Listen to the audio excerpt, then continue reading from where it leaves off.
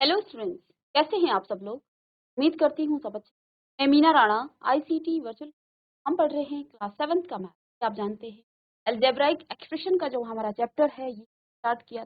यहाँ पर हमने क्या क्या पढ़ लिया है थोड़ा सा रिवाइज करेंगे। प्रीवियस जो लेक्चर था वहाँ पे कंफ्यूजन हो रहा था, तो एक बार हम इसको रिवाइज करेंगे, देन क्वेश्चन पर हम मूव करेंगे। तो देखिए अलजेब्राइक एक्सप्रेशन क्या होता है। तो ये आपका इक्वेशन है और इक्वेशन आपका बनता है अलजेब्रिक एक्सप्रेशन से।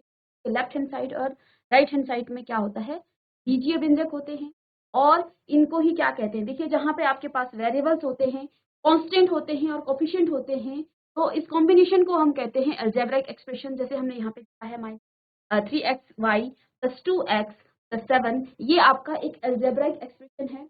इसमें आपके वेरिएबल्स होते हैं जिसको आप चर कहते हैं, जैसे A B C X Y और जेड। तो वेरिएबल्स आपके क्या होते हैं, चेंज होते रहते हैं हर क्वेश्चन के लिए और हर एक्सप्रेशन के लिए, ठीक है। यानी कि इनका मान आपका फिक्स नहीं होगा किसी भी वेरिएबल, किसी भी अलजेब्राइक एक्सप्रेशन है। इस एक्सप्रेशन में अगर x का मान 2 है तो हो सकता है दूसरे इक्वेशन में या दूसरे अलजेब्रिक एक्सप्रेशन में आपका x का मान कुछ और हो, तो ये मान आपका फिक्स नहीं होता है। ये इसके अलावा हमने आपको कहा अचर यानी कि कांस्टेंट। कांस्टेंट क्या होती है, एक फिक्स वैल्यू होती है, न्यूमेरिकल्स है, तो आपके नंबर। तो जैसे यहाँ पे आपने एक एक्सप्रेशन लिखा 10xy + 4z + 2, तो यहाँ पे आपके वेरिएबल्स क्या हैं, x y और z, ये तीन आपके यहाँ पे वेरिएबल्स हैं। कांस्टेंट यानी कि अचर यहाँ पर 2 है, ठीक है।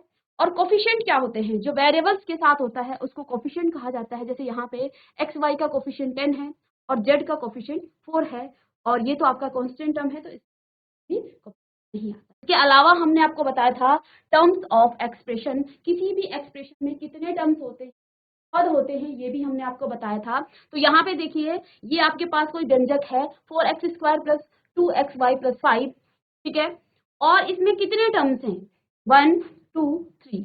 प्लस या माइनस से क्या होता है, वो टर्म्स आपके क्या होते हैं, अलग अलग आपको यहाँ पे सेपरेट कर सकते हैं। 4x², 2xy और 5, यहाँ पे तीन पद आपके क्या हैं इस एक्सप्रेशन, बीजीय व्यंजक में आपके तीन पद हैं। दूसरा हमने यहाँ पे 5xy + 5 ये लिखा है, में आपके दो पद हो जाएंगे और ये चार पद होते हैं। किसी भी एक्सप्रेशन में टर्म्स यानी कि पद क्या होते हैं, जिसमें उसमें पदों की संख्या होती है।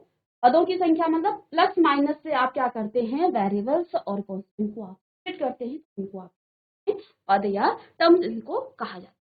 इसके बाद कोफिशिएंट हमने कहा था कि जो वेरिएबल्स होते हैं, वेरिएबल्स के साथ जो न्यूमेरिकल या फिर वेरिएबल्स भी हो सकता है। यहाँ पे अगर हम बात करें एक्स वाई का कोफिशिएंट 10 है, लेकिन जब हम सिर्फ y के कोफिशिएंट की बात करें तो यहाँ पे y का जो कोफिशिएंट होगा वो 10x होगा, ठीक है।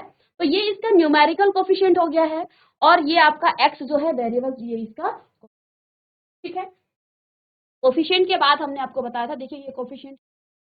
इसके बाद हमने पढ़ा था पद का गुणनखंड, यानी कि आप किसी भी पद का, किसी भी टर्म्स का आप फैक्टर कैसे करते हैं, उसका गुणनखंड कैसे किया जाता है। तो ट्री से हम कैसे उसको प्रदर्शित करते हैं, तो देखिए इसके गुणनखंड क्या होंगे, इसके फैक्टर क्या होंगे, 3 × x × y, और ट्री से आप इसको इस तरह से प्रदर्शित कर सकते हैं। जैसे 2x² को आप x² को आप क्या लिख सकते हैं, x × x, यानी कि 2 टाइम्स आप इसको क्या करेंगे, मल्टीप्लाई करेंगे। अगर आपके पास x³ है तो आप लिखेंगे x × x × x, तो 3 टाइम्स आप इसको मल्टीप्लाई कर लेंगे, तो ये इसके फैक्टर हो जाएंगे। ओके, तो ये हमने प्रीवियस लेक्चर में पढ़ा, ठीक है। इसके बाद देखिए यहाँ पर भी कुछ हमने क्वेश्चन किए थे।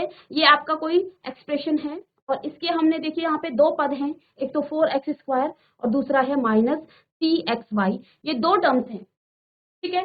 इन दो टर्म्स का देखिए 4x² का हमने यहाँ पे क्या किया है, गुणनखंड किया है। तो 4 × x × ये आपके क्या है, तो ट्री के माध्यम से हमने यहाँ पे इसको प्रदर्शित किया, ठीक है।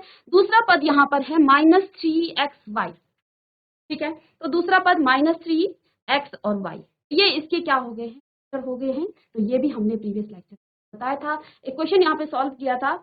और नेक्स्ट था आपके पास लाइक एंड अनलाइक टर्म्स, ठीक है। तो लाइक टर्म क्या होते हैं, जिनके वेरिएबल सेम होते हैं, ठीक है। जैसे कि यहाँ पे देखिए लाइक का मतलब है समान पद। समान पद का मतलब है कि वहां पे वेरिएबल सेम होंगे, ठीक है, जैसे यहाँ पे 3x, 7x, 8x और 5x, सब में देखिए वेरिएबल्स क्या हैं, सेम है, वेरिएबल्स सब में x है, ठीक है। और लाइक टर्म्स को आप क्या कर सकते हैं, आपस में ऐड कर सकते हैं या फिर उसको सब्ट्रैक्शन कर सकते हैं। इट मींस अगर आपके पास 5x और 3x है तो इन दोनों को आप ऐड कर सकते हैं। अगर आपके पास दो लाइक टर्म्स हैं, आपके वेरिएबल्स वाले टर्म्स हैं, पद हैं, तो उनको आप क्या कर सकते हैं, ऐड कर सकते हैं और उनको ही कर सकते हैं। इन दोनों पदों को हम लेंगे 8x, ठीक है। और अनलाइक टर्म्स यानी कि असमान पद क्या होते हैं, जिनके वेरिएबल्स अलग अलग होते हैं।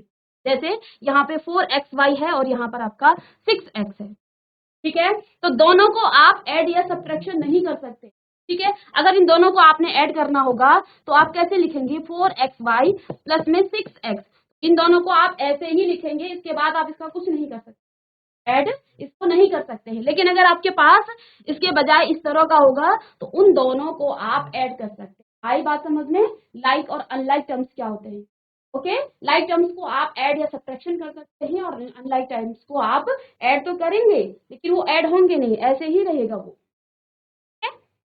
इसके बाद हमने पढ़ा मोनोमियल, बाइनोमियल और ट्राइनोमियल एंड पॉलिनोमियल, ठीक है। यानी कि एक पदी, तो एक ऐसा एक्सप्रेशन जिसमें केवल एक ही पद हो, एक ही जिसमें क्या हो, एक्सप्रेशन हो, उसको हम कहते हैं मोनोमियल यानी कि एक पदी।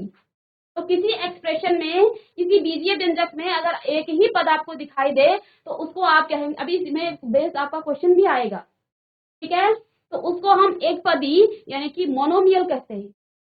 बाई का मतलब होता है दो, एक ऐसा बीजीय व्यंजक जिसमें दो अलग अलग पद हों तो उसको हम कहते हैं बाइनोमियल। मोनोमियल में देखिए 5 माइनस 5m 7xy एक ही पद है, 3x² 6z 4, ये सब क्या है, आपके एक पदी के उदाहरण, ठीक है।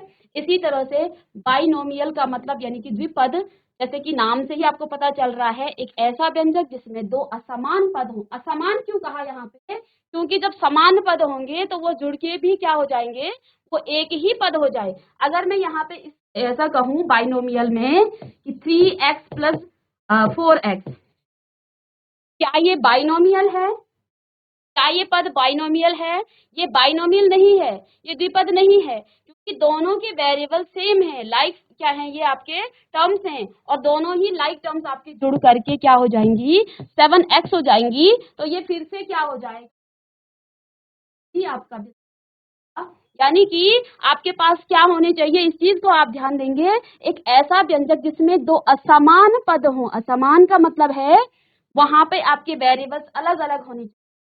आई बात समझ में, अगर वेरिएबल सेम होंगे तो दोनों ऐड होके एक ही पद में कन्वर्ट हो जाएगा।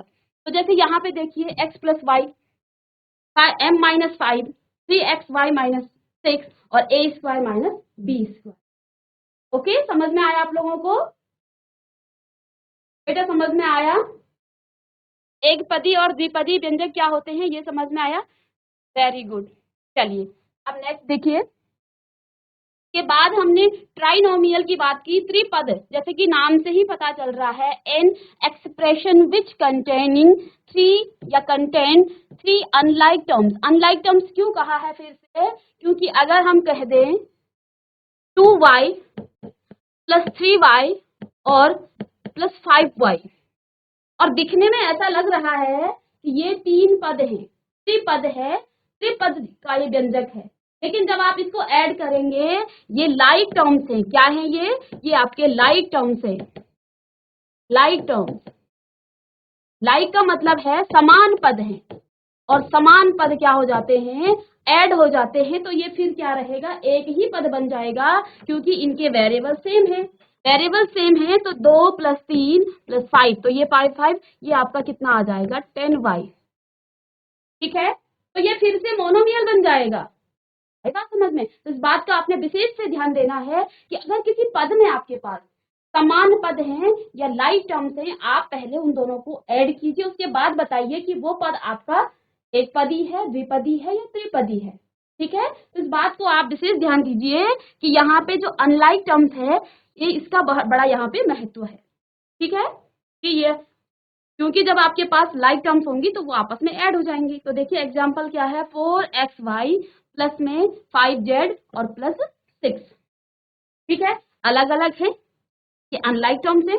ये क्या है आपके एक्स वाई इसमें वेरिएबल्स है, इसमें आपका जेड वेरिएबल्स है और इसमें आपका ये तो आपका कांस्टेंट है। ठीक है, तो ये आपका हो गया है। इसके बाद ये क्वेश्चन तो हमने सॉल्व कर दिए थे, तो अब हम क्वेश्चन पर चलेंगे। ये क्वेश्चन हमने प्रीवियस लेक्चर में आपके साथ डिस्कस कर लिए हैं। अब देखिए क्वेश्चन नंबर 3, क्वेश्चन नंबर 2 तक हमने प्रीवियस लेक्चर में क्या कर दिया था, डिस्कस। अब बच्चों यहाँ पर देखिए, identify the numericals coefficient of terms. हमें क्या पहचानने हैं, आइडेंटिफाई द न्यूमेरिकल जो आपके कोफिशिएंट है of the terms other than constant. Numerical का मतलब क्या होता है, नंबर से मतलब है, और अदर देन कांस्टेंट का मतलब है कि जो कांस्टेंट नहीं है उन कोफिशिएंट को हमने पहचानने हैं in which of the following expression. ठीक है, क्वेश्चन को आप कॉपी कर लीजिए।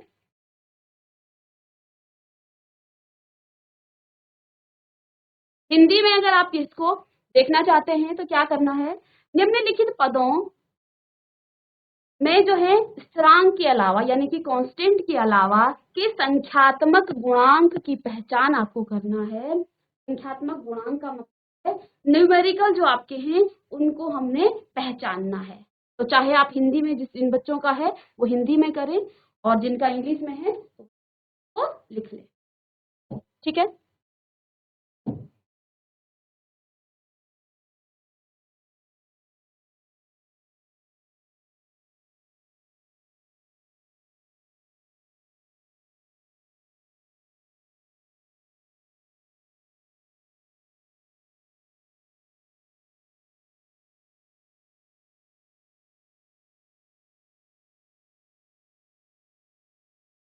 चलिए तो यहाँ पे आप इधर लिखेंगे एक्सप्रेशन।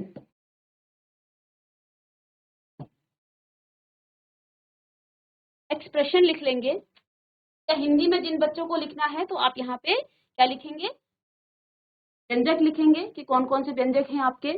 इसके बाद यहाँ पर और टर्म्स लिखेंगे और इधर आप लिखेंगे न्यूमेरिकल कोफिशिएंट।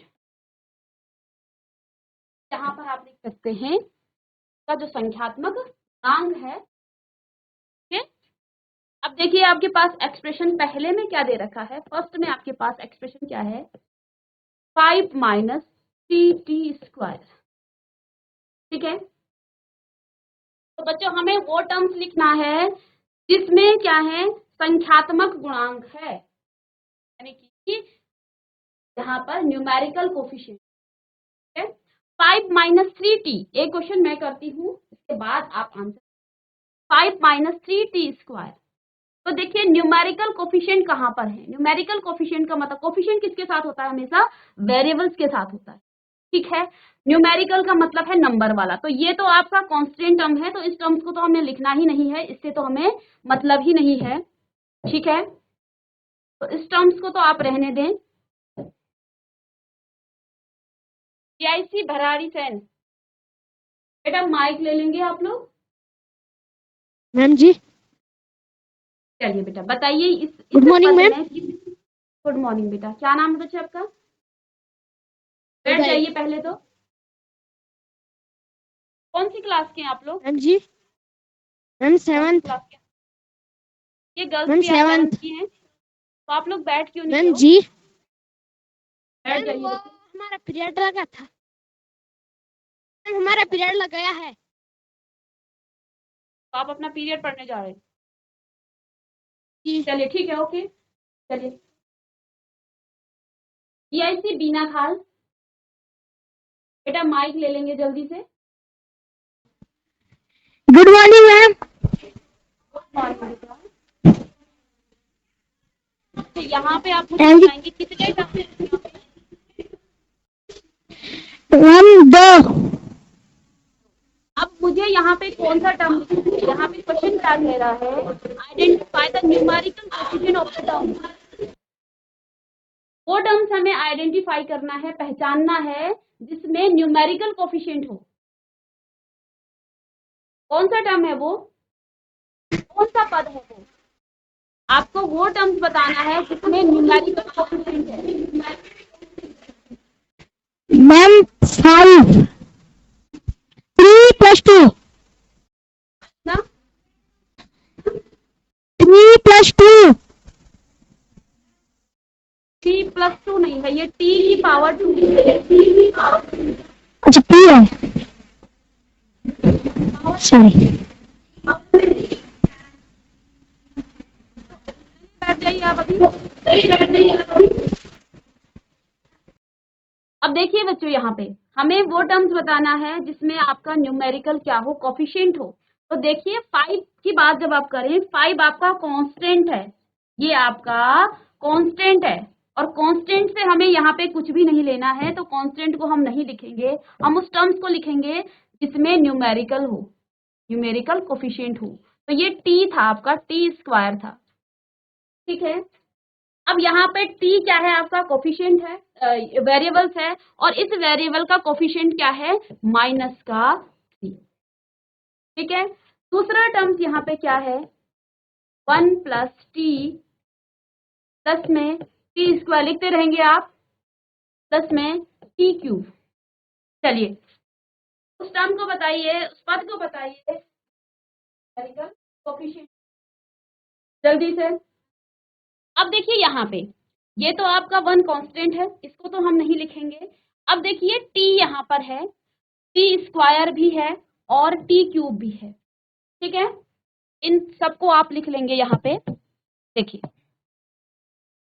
t हो गया, इसके बाद आपका t² हो गया, और इसके बाद आपका t³ हो गया, ठीक है। अब आप मुझे ये बताएंगे t का कोफिशिएंट क्या है? यहाँ पे इस t का कोफिशिएंट क्या है? GIC दराऊ, माइक खोले बच्चे। Good good morning ma'am. Good morning बेटा, क्या नाम है आपका? मैम माविया। माविया। बेटा यहाँ पे बताएंगे आप t का कोफिशिएंट क्या है? 1 very good, 1, very nice. t² का कोफिशिएंट क्या है? 3 नहीं आप बताइए, आपको आता है तो कोई बात नहीं, जैसे आपने इसको बताया सही बताया आपने। 1 1, good.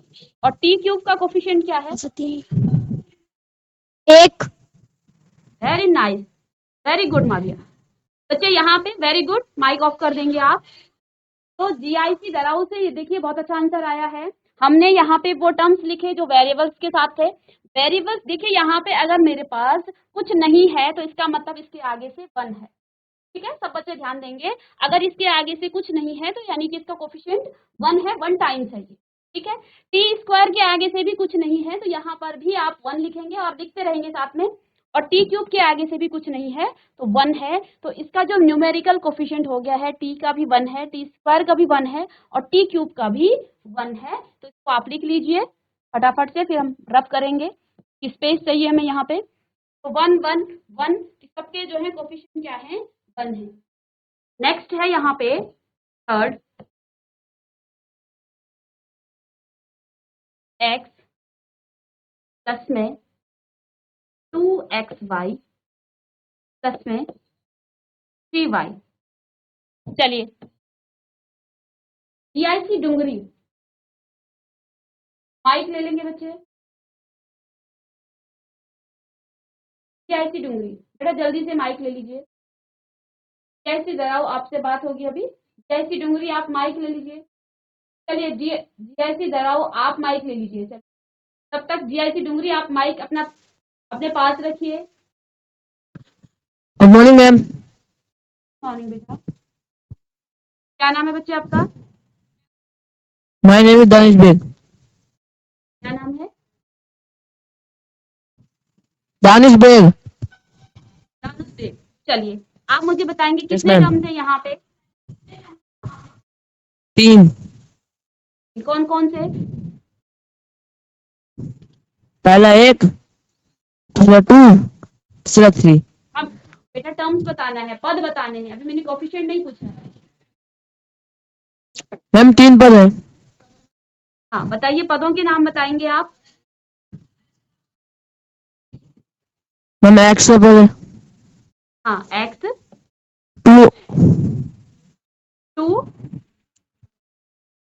2xy 2xy 2xy 2xy ठीक है, और नेक्स्ट 3y 3y। 3y। चलिए वेरी गुड दानिश देव। अब यहाँ पे आप बताएंगे एक्स का कोफिशिएंट क्या है? Good morning ma'am. Good morning बेटा, आपका नाम? माहिनुर मिर्जा। मिर्जा। Yes ma'am. चलिए मैं माहिनुर। का कोफिशिएंट मैम 1। बताइए, एक्स वाई का कोफिशिएंट 1। मैम 2। 2 3 का। चलिए, और वाई का कोफिशिएंट? मैम 3। 3। अगर मैं यहाँ पे आपको कहूँ x की जगह पे, यहाँ तो हमें वो टर्म बतानी है जिनमें न्यूमेरिकल कोफिशिएंट, अगर मैं यहाँ आपको किसका y का कोफिशिएंट कहूँ तो फिर आप क्या कहेंगे? Ma'am 2x। 2x। Very good बेटा, वेरी गुड। चलिए बैठ जाइए, वेरी नाइस। ठीक है, बैठ जाइए आप। तो देखिए यहाँ पे हमें वो टर्म्स बताने हैं जिनमें न्यूमेरिकल कोफिशिएंट है। तो पहले तो हम जो आपके पास कांस्टेंट है उन टर्म्स को हम इग्नोर कर देंगे, जैसे हमने यहाँ पे 5 को छोड़ दिया, वो टर्म्स हमने लिखा ही नहीं, क्योंकि 5 के साथ कोई भी वेरिएबल्स नहीं है। हमें वो टर्म्स लिखने हैं जिसके कोफिशिएंट आपको बताने हैं, न्यूमेरिकल कोफिशिएंट। तो ये तो कांस्टेंट है, इसमें तो न्यूमेरिकल कोफिशिएंट हो ही नहीं सकता है, तो हमने टर्म्स ये वाला छोड़ दिया और -3t² हमने लिखा। हम जान रहे हैं कि ये t आपका वेरिएबल्स है, चर है, और चर के साथ जो भी गुणांक में होता है, जो भी उसके साथ मल्टीप्लाई में होता है, उसको कहते हैं कोफिशिएंट। लेकिन यहाँ पे बात की गई है सिर्फ न्यूमेरिकल कोफिशिएंट की, ठीक है। ऐसा नहीं है कि सिर्फ 3 ही, यहाँ पर x भी, जैसे इन्होंने बताया कि x भी इसका क्या है, कोफिशिएंट है, का गुणांक है, क्योंकि यहाँ पे सिर्फ न्यूमेरिकल कोफिशिएंट की बात की गई थी, तो इसलिए हमने यहाँ पे सिर्फ 2 और 3 को लिया है। ठीक है, इसको कॉपी करेंगे आप लोग।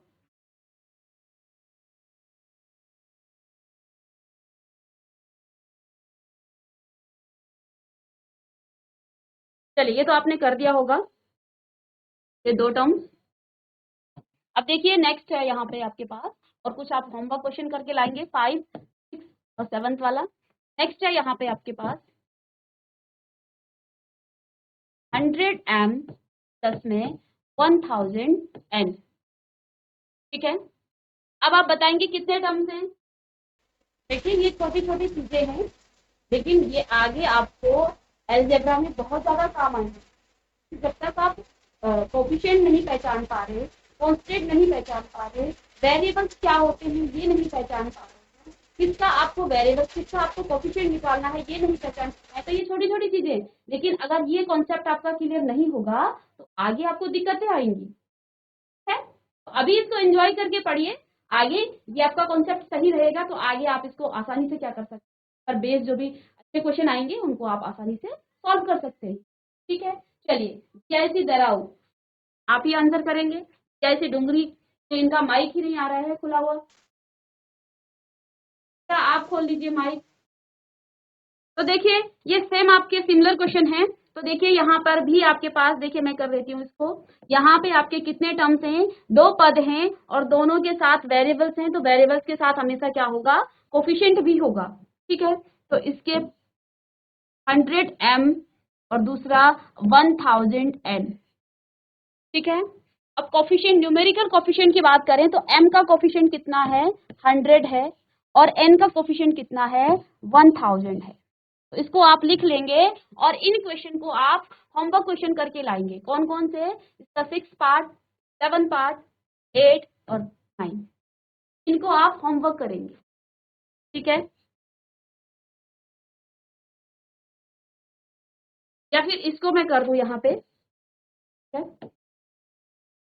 माइनस टी स्क्वायर और क्यू स्क्वायर और प्लस में 7p और q, ठीक है। अब यहाँ पे आप देख पा रहे हैं कि माइनस ये दोनों क्या हैं, ये दोनों आपके वेरिएबल्स हैं, ठीक है। तो ये टर्म्स आप लिख लेंगे पहले तो, माइनस का p स्क्वायर और q स्क्वायर और दूसरे टर्म्स है 7pq। चलिए जीआईसी दराऊ आप आंसर करेंगे minus P square Q square, इसमें आपका न्यूमेरिकल कोफिशिएंट क्या है? माइक ले ले बच्चे, बेटा माइक खोले। -1 -1, वेरी गुड। और इसका +7 मैम। +7 या 7 लिखेंगे आप, प्लस आपको लिखने की जरूरत नहीं है। यस तो मैम। वेरी गुड बेटा, जीआईसी दराऊ बहुत अच्छे से आप आंसर कर रहे हैं, वेरी नाइस। और इन क्वेश्चंस को आप होमवर्क क्वेश्चन करके लाएंगे, ठीक है, बैठ जाइए आप। Okay ma'am. चलिए अब नेक्स्ट क्वेश्चन, नेक्स्ट टाइप के जो क्वेश्चन हैं उन पे हम बात करेंगे, ठीक है। क्वेश्चन नंबर 4 यहाँ पे आपके पास है। क्वेश्चन नंबर 4 में आपको क्या कहा गया है? Identify the terms which contain x and give the coefficient of x. वो टर्म्स हमें क्या करने हैं, पहचानने हैं, जिनमें क्या हो, identify the terms which containing x, जिनमें एक्स हो उस पद को हमें पहचानना है, and give the coefficient of x, और फिर वहां पे हमें एक्स का कोफिशिएंट बताना है। तो पहले तो आप यहाँ पर एक्सप्रेशन लिख लेंगे, या हिंदी में आप इसको व्यंजक लिख सकते हैं, ठीक है। एक्सप्रेशन लिखेंगे और दूसरे में आप लिखेंगे टर्म्स विथ, वो टर्म्स में एक्स हो, ठीक है। और तीसरा यहाँ पे हमें क्या लिखना है, कोफिशिएंट ऑफ एक्स।